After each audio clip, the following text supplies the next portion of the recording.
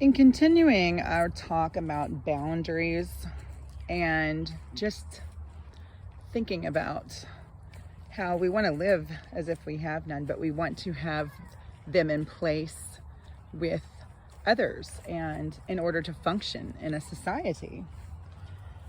Simple definition of boundaries would be what's okay and what's not okay. And what is okay and what is not okay is actually per person. Boundaries help in so many ways. They can keep us shielded from others. They can keep others shielded from some parts of us. And another thing is, believe it or not, and this actually blew my mind when I first actually understood and grasped the concept that boundaries actually allow us to be our most authentic selves. Empathy can creep in, so can compassion, and we can grow and learn and be better people.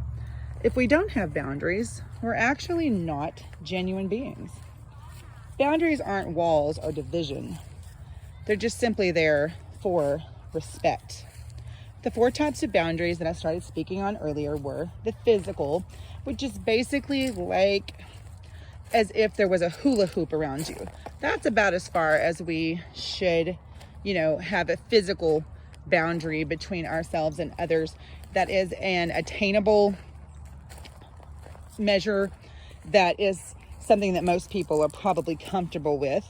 Emotional boundaries. What does an emotional boundary look like? Now, I'm going to be honest with you. I had absolutely no idea, because that is one that I was absolutely failing at.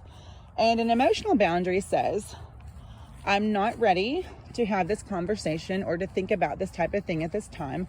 I would like to put this conversation on pause, but truly mean that and truly come back to that conversation at a later time so that you won't be so emotional. Remember, emotions and feelings are not facts. Mental boundaries. Learning to say no. It's another problem that I have had that I am desperately working on. And therefore, if we do learn to say no, we can say yes to the things that we can do.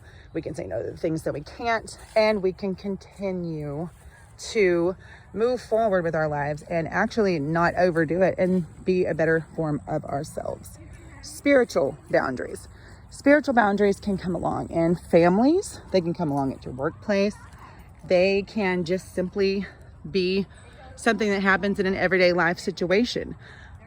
Not compromising your spiritual boundaries, not compromising what you believe in, is a very big deal.